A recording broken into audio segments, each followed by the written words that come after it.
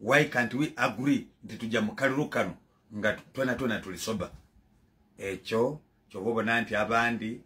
abazira mitwe mu kalulu bakali kuyingira Mao azira bigere mu kalulu akali kuyingira ifa abali ne mitwe ne bigere twayingira so therefore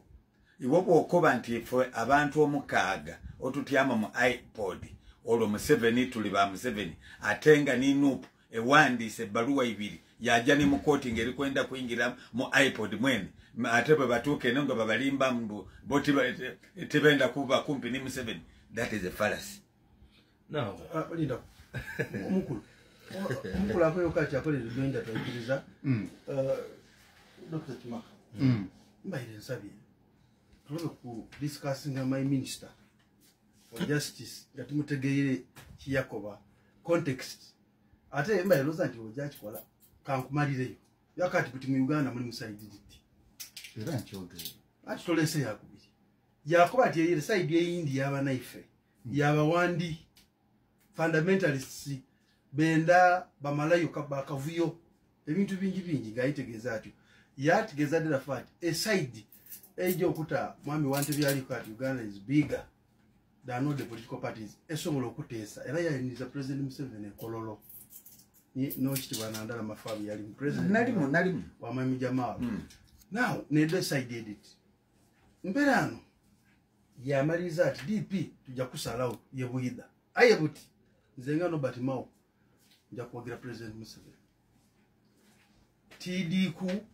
obaba akwati baja kufieldinga single candidate aye baloza ababali maipodi nti abita yena aja kutesa Senator Ambule ngate bulidinze ere group ya contrastinga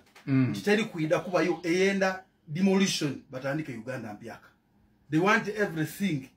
bisanyizibwe batandika Uganda mpyaka an illusion so in context yene ndokutera minister era naenda okwebaza abamemba wa iPod yabo aba banga kibatesa misa wadde nti Uganda akaluka nomusadi aka project ngo yesimbo yakali kaja kubanga kaziza ku masanalaze omuntu ajaje bamukobye aje aire akuba akaluka ile yeka balangirire so nkai kubana kwa alliance signing between FDC kuba ati yali fieldinze president okola kwa omuntu yalira mu kwao igwena bayi you have your time nze discipline omuntu yalize mu kwao no wa UPC ken bayenze kuchaza mwina mtu aliflaga kubabawe ya mtu alira oba ya umulire woko wundi aitidio ba mu principal UPC yakoze divorce kubanga UPC and dio ne mu cooperation agreement iPod so mbaye nenda tusigaze side da mawo ebiri already we have project ngabiriwo ntinuwo yenda akavuyo katia kasaba no ba Dr. Kimaka